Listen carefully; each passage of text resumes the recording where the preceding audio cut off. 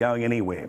Dennis Jensen is a Liberal MP and he joins us now from Canberra because Dennis has been quite outspoken because you see, as you know, a couple of hundred people are about to get the sack from the CSIRO. These are the climate change scientists. And Dennis joins us now because he doesn't have an idea. Dennis, g'day, nice to see you.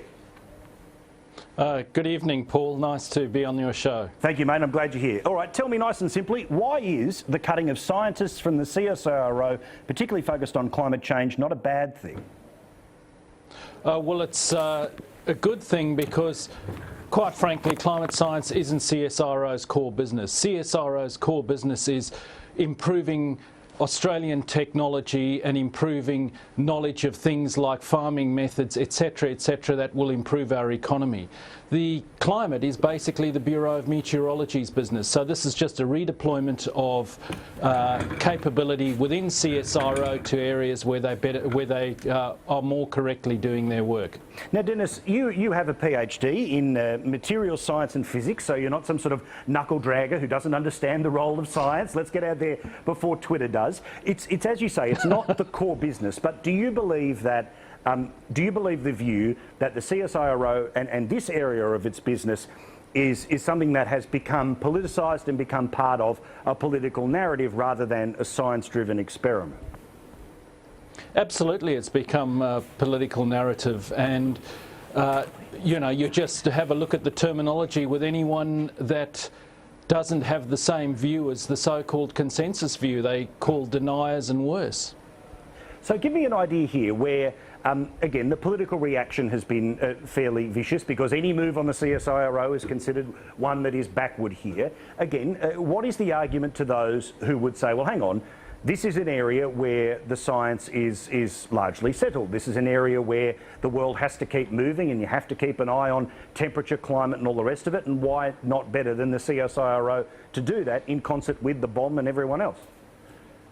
Well, the interesting thing here is talking about this issue of consensus. I mean, for example, I've got two papers here. One here talks about, and this is a published paper in peer-reviewed literature, it accepts that climate change, anthropogenic global warming is real, and it says that as a result of global warming, the spin of the Earth will increase, so the days will become shorter.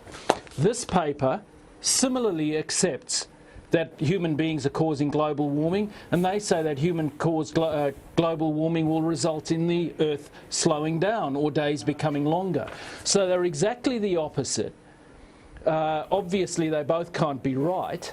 But the simple fact is, as far as the consensus argument is concerned, with all of this thing about, you know, 97% of the world's scientists, etc., both of those papers would be included in the consensus, despite the fact that they've got polar opposite conclusions that they've drawn. So again, just for devil's advocate here, because while I'm somebody who believes in you can't have 6 billion people on the planet in industrial age, you can't have the third world moving to the middle class and not have a serious effect on the planet, be it climate or anything else.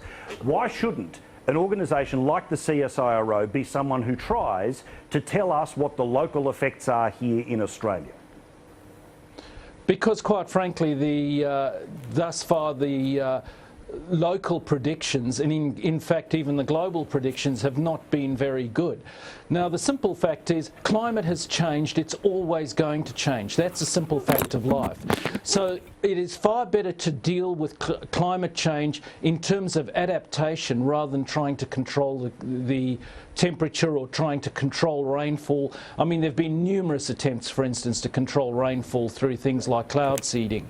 Now, just finally here, the issue about climate science, about climate change and all the rest of it, how do you think it should be measured, discussed and reviewed in Australia scientifically? Well, first of all, I think that the Bureau of Meteorology is the right place for it to be done, but I think that there are some significant questions around things like how temperature is measured and the adjustments that are made. I mean, it's quite legitimate for adjustments to be made, but the reality is the adjustments that are made by and large have a warming bias. In other words, they exaggerate how much warming has occurred compared with the raw data. So I think that that needs to be comprehensively examined. In fact, I've often called for a a review of climate science more generally, something like a Royal Commission. So how do you feel about Maurice Newman, the well-known businessman, noted Conservative, who has said that the Auditor-General needs to get involved here because the Bureau of Meteorology will often include weather stations that are 900 kilometres away as the local area, and as you say, and as he says, they use numbers to round up to get the better narrative in favour of a warming country? Look, there are some significant issues here. I mean, for example, often you get the Bureau of Met talking about it's 1/100th of a degree hotter this year than last year, you know, let's panic.